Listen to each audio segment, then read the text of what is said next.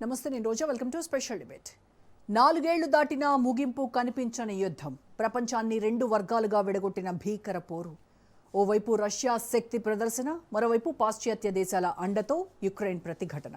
ఇప్పుడు ఈ యుద్ధంపై బయటకు వస్తున్న గణాంకాలు ప్రపంచాన్ని కలవరపెడుతున్నాయి. 2022లో ప్రారంభమైన రష్యా యుక్రెయిన్ యుద్ధం ఇప్పటికీ లక్షలాది ప్రాణాలను బలి తీసుకుంది. బ్రిటన్ నిఘా వర్గాల అంచనాల ప్రకారం ఇప్పటి వరకు దాదాపు 5 లక్షల మంది రష్యా సైనికులు మరణించినట్టు చెబుతున్నారు. ఇదే సమయంలో యుక్రెయిన్ కూడా భారీ మూల్యం చెల్లిస్తోంది. అధ్యక్షుడు జెలెన్స్కీ స్వయంగా తమ వైపు 55,000 మంది సైనికులు మరణించినట్లు అంగీకరించారు.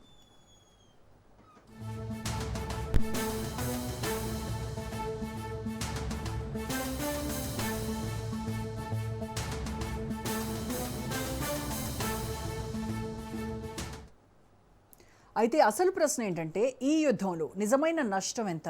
రష్యా నిజంగా బలహీనపడుతోందా, లేక పాశ్చాత్య దేశాల ప్రచారమేనా?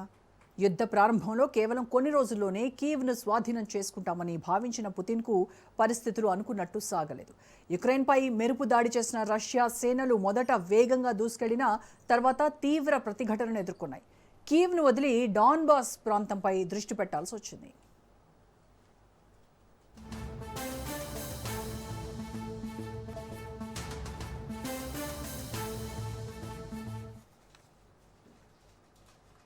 మరోవైపు అమెరికా, బ్రిటన్, నాటో దేశాలు యుక్రెయిన్కు భారీ స్థాయిలో ఆయుధ సహాయం అందించాయి. హిమార్స్ రాకెట్ వ్యవస్థలు, పేట్రియాట్ క్షిపణులు, ఆధునిక డ్రోన్లు, ట్యాంకులు, ఉపగ్రహ సమాచారంతో జెలెన్స్కీ సైన్యం రష్యా దళాలపై కౌంటర్ అటాక్స్ చేసింది.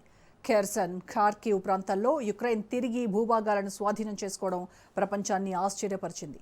అదే సమయంలో రష్యా కూడా డ్రోన్లు, మిజైళ్లతో యుక్రెయిన్ విద్యుత్ వ్యవస్థలపై దాడులు పెంచింది.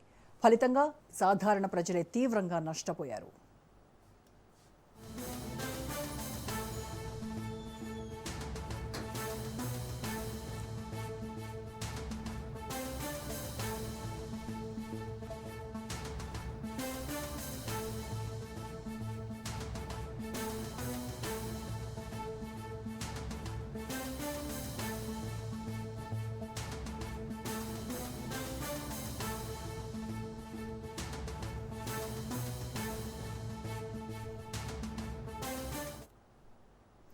ఇప్పుడు ఈ యుద్ధం కేవలం భూభాగాల పోరాటం మాత్రమే కాదు, ఇది ప్రపంచ రాజకీయ ఆధిపత్య పోరు కూడా.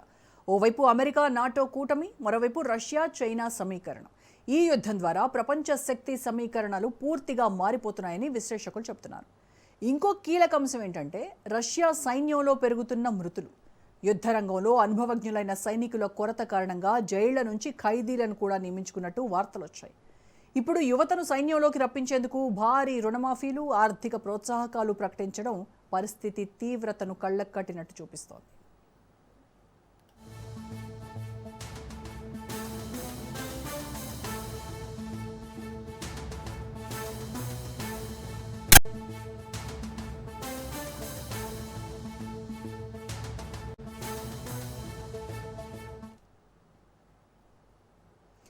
ఇదే సమయంలో ప్రపంచ ఆర్థిక వ్యవస్థపై కూడా ఈ యుద్ధ ప్రభావం చూపింది. ఇంధన ధరలు పెరిగాయి, గోధుమల సరఫరా దెబ్బతింది, యూరోప్లో ఇంధన సంక్షోభం వచ్చింది, ప్రపంచ మార్కెట్లు ఒత్తిడికి గురయ్యాయి.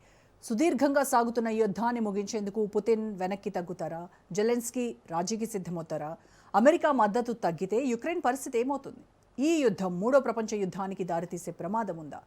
ఈ అంశాలపైనే ఇవాల్టి డిబేట్లో మాట్లాడదాం. డిబేట్లో పార్టిసిపేట్ చేస్తున్నారు senior journalist and senior analyst and economist అంది సత్యం గారు. నమస్కారం సార్. నమస్తే సత్యం గారు. రష్యా యుక్రెయిన్ యుద్ధం స్టార్ట్ అయ్యి 4 ఏళ్ళు గడిచింది, దాటిపోయిందని కూడా చెప్పాలి. అంటే ఒకప్పుడు ఏదో కొన్ని రోజుల్లోనే ఈ యుద్ధం ఒక ముగింపు దశకు వస్తుంది, ఎవరి వైపు ఒకవైపు విజయం ఉండి తీరుతుంది అని భావించాం. కానీ అది అబద్ధమని కొద్ది రోజుల్లోనే మనందరికీ అర్థమైంది. అంటే ఇవాళ ప్రపంచ భౌగోళిక రాజకీయాలను మార్చేసినటువంటి యుద్ధంగా ఈ యుద్ధాన్ని మనం చెప్పుకోవాల్సి ఉంటుందేమో. అండ్ ఈ ఇరు దేశాల్లో ఏ దేశానికి కూడా ఒక నిర్ణయాత్మకమైనటువంటి విజయాన్ని ఇవ్వలేకపోయింది ఈ యుద్ధం. ఒక స్ట్రాటజిక్ డెడ్లాక్లో చిక్కుకుందంటారా? ఏంటి పరిస్థితి? వాస్తవానికి యుద్ధం ప్రారంభమైనప్పుడు నెల రోజుల్లో ఉక్రెయిన్ స్వాధీనం అవుతుందని అందరి ఊహ. కొంతమంది అయితే వారమే పడుతుంది అనుకున్నారు. కానీ ఇది రష్యా వర్సెస్ ఉక్రెయిన్ యుద్ధంగా కాకుండా రష్యా వర్సెస్ నాటో యుద్ధంగా మారింది. దరిదాపు యూరోప్ అన్ని దేశాలు యుక్రెయిన్కు సహాయం చేస్తున్నాయి. అమెరికా కూడా సహాయం చేస్తుంది. దీంతో ఇవాళ నాటో వర్సెస్ రష్యా యుద్ధంగా మారింది. పేరు మాత్రం యుక్రెయిన్.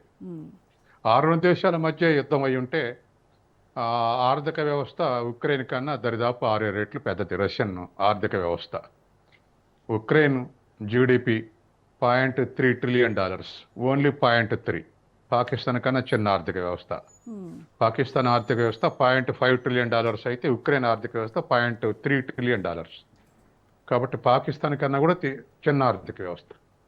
అట్లాగే రష్యా ఆర్థిక వ్యవస్థ అరౌండ్ $3 ట్రిలియన్. తర్వాత ఇంటర్నల్గా పర్చేజింగ్ పవర్ ప్రకారం అయితే $6 ట్రిలియన్. అంటే ఎటొచ్చినా 1/6 ఆర్థిక వ్యవస్థ యొక్క దరిదాపు రేషియో. ఉదాహరణకు మంది $4 ట్రిలియన్ అయితే పాకిస్తాన్ 0.6, అంటే దానికన్నా ఒక 6 రెట్లు పెద్దది, 6-7 రెట్లు పెద్దది ఇండియా ఆర్థిక వ్యవస్థలో. అట్లే ఉక్రెయిన్ కన్నా రష్యా కూడా 6-7 రెట్లు పెద్దది. అయినా ఇంతకాలం డిఫెన్సులనైతే అసలు రష్యాకు ఉక్రెయిన్కు పోలికే లేదు. రష్యా దగ్గర ఉన్నటువంటి సాఫిస్టికేటెడ్ వెపన్స్ ఏవి ఉపయోగించట్లేదు. కాబట్టి ఆ డిఫెన్స్లో అసలు రెండింటికి పోలికే లేదు. తర్వాత రెండవది, నాటో రంగంలోకి వచ్చి యుద్ధాన్ని రెసిస్ట్ చేస్తుంది. యుద్ధం వచ్చింది కూడా నాటోలో చేరుతున్నందుకే. ఉక్రెయిన్ నాటోలో చేరతాన్ని జెలెన్స్కీ అన్నాడు, వద్దని రష్యా అన్నది. మాకు దరిదాపు 100 కిలోమీటర్ల దూరంలో ఉంటుంది ఉక్రెయిన్, మాస్కో. కాబట్టి ఇక్కడ అమెరికా స్థావరాలు పెడితే మాకు ఇబ్బంది, కాబట్టి పెట్టడానికి వీల్లేదన్నారు. జెలెన్స్కీ చేరతామన్నాడు. దాంతో యుద్ధం స్టార్ట్ అయింది.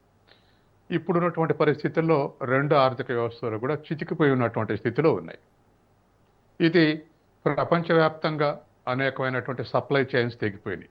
ఎందుకంటే ఉక్రెయిన్ నుంచి భారీగా నూనెల ఎగుమతి ఉంటుంది. వాళ్ళ ప్రధానమైనటువంటి ఆదాయం నూనెల ఎగుమతులే.